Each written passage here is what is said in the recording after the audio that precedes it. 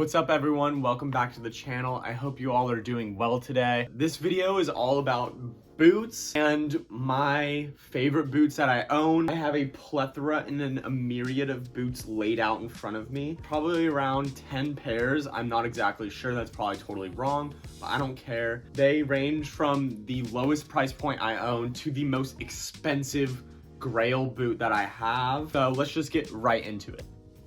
Dang dude, there's so many boots. Okay, my first boot I have right here are vintage all black Dan Post cowboy boots. Got a thrift store for around $30 a couple months ago, or like a year ago maybe. The leather is extremely soft because they have already been worn in a ton. As you can see, the bottom, there is no traction. You do slip and slide with cowboy boots though if you're on like slippery concrete.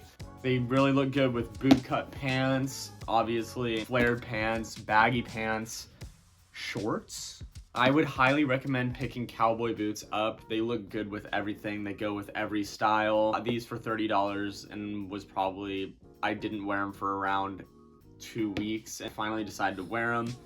And I fell in love and then wore them for about a month straight. You can get them on eBay for probably even cheaper, like $25 plus shipping. Great everyday boot. I love these things and I will probably keep these forever because I don't have any other cowboy boots. Now my next boots are a pair of Vietnam combat boots that have this really cool, interesting lacing system on them.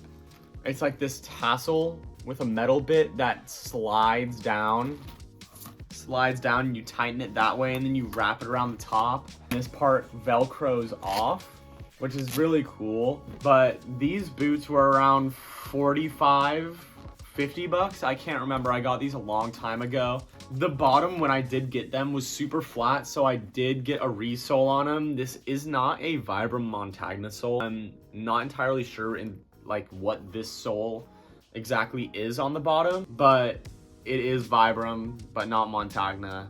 If you guys know, please comment it down below because I forgot.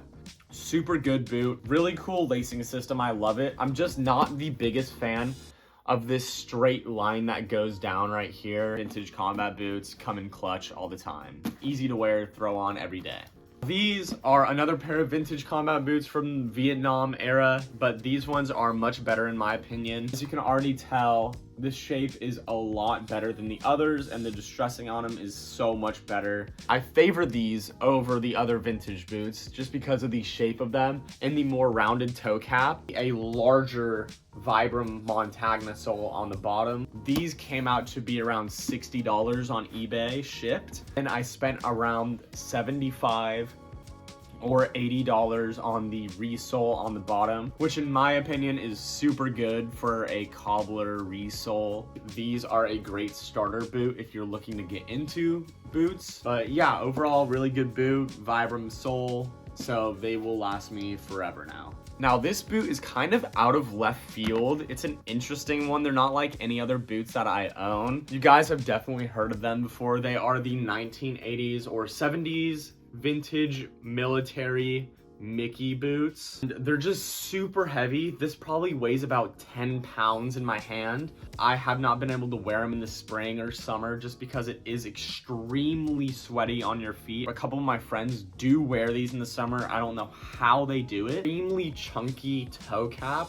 Yeah, I will probably wear these a lot more in the winter time. They're great for then. They look good with a lot of pants, especially really baggy pants just because the size of the boot. 1980s, 70s, I forgot the era, military, vintage bunny boots. I mean Mickey boots. These boots were around, I think, $85 and you can get them at any military surplus store in your area. Most likely they'll have them.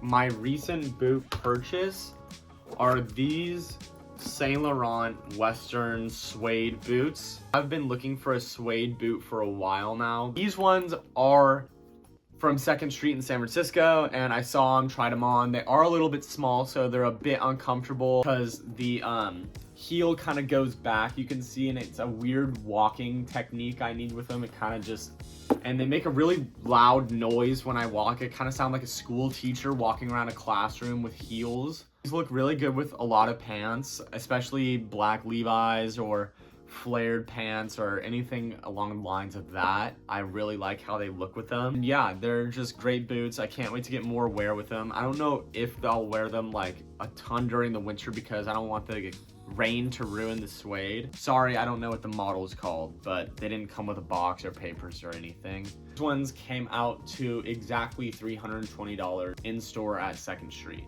Now my next boot, I will always vouch for these. These are my favorite boots of all time. They are my Guidi 988 back zip horse leather boot. Probably the best boot ever made, besides the Guidi 788Z, which I really would rather have than these. Now I've only needed to get them resold one time and they look as good as new. These boots will last you a lifetime, I guarantee it. A lot of people don't like Guidis just because they say the zippers on the back break, but mine fortunately have never broken. I did get these on Grail 2 years ago, so I got them for a really good deal because not a ton of people were buying into Guidi boots at that time. It was kind of just becoming a thing, so I think these were around $500 to $550 back then. I don't know if you guys will consider this next one a boot, but I do. A boot slash sneaker, but these are my Christian Poell drip sneakers in this really cool kangaroo leather. The reason they're called drip sneakers is because they have this really interesting like rubberized material that have been poured on the bottom or dipped onto the bottom. It used to have these like strings that would hang off the bottom. I'll put a picture right here to show you guys. They're super soft, amazing shoe. They look good with a ton of things. They're easy to wear. The weird thing that you need to watch out for with buying Carol items is the sizing, because a lot of his shoes are his own sizing. So these are a CCP size 8 and I'm a size 10 in regular shoes. But I would still recommend myself getting even a smaller size just because these do fit like a 10.5 or an 11 even. These ones I got on Grail a long time ago. Not a long time ago, but probably over a year ago. And I got these for around, I think, $800. So it is a ton of money to spend on a shoe. But if you know you're gonna wear something every single day and you want something that will last you your whole life, $800 actually is not bad at all, because you don't have to buy another pair ever again. These CCP drip sneakers, I think it's in color 10 also, or you can just look at black CCP drip sneakers. I know there's a lot for sale right now, but you can probably find them relatively cheap if you wait long enough. And yeah, great overall shoe. Now the last boot I have to show you guys are my Grail boot. Of course, the Guidi 20 hiking boot in full grain horse leather. I'm pretty sure they have the exposed eyelets, the Vibram, humongous Vibram sole on the bottom, large lug sole, and it is nailed into the bottom, which is also really cool, so you know that is never coming off. I can wear these all day at work and my feet will not hurt one time. These I probably wear the most just because I've had them for about 6 months now, maybe, or maybe like more like 5 months, and I have worn them almost every day for that entire time. At minimum, I wear them 3 or 4 days out of the week. So I'm definitely getting my wear out of them. And the price point of these is kind of a lot. It was exactly $1,000. So this is the $1,000 boot that is a Grail to a lot of people and was a Grail to me. I'm fortunate to have these. I do have to wear a little bit of an insole with them, but I don't really care because they still look fine on feet, and they are probably the best boot that I own, and they have withstood everyday beating and wearing. In conclusion,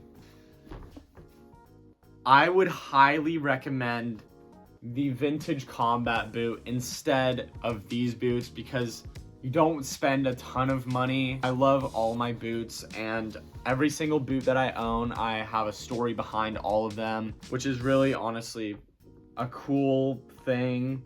Boots are my favorite shoe. I wear them almost every single day. And if you guys have any questions, please comment them down in the description. If you're new to the channel, please subscribe. I'm trying to come out with videos weekly or every other week right now, just because I just started and I want to kind of get known on here. I hope you guys really enjoyed the video. If you didn't, tell me why. Also follow my Instagram. It is in the description of the video. Thank you guys so much for watching. This has been my favorite boots that I own.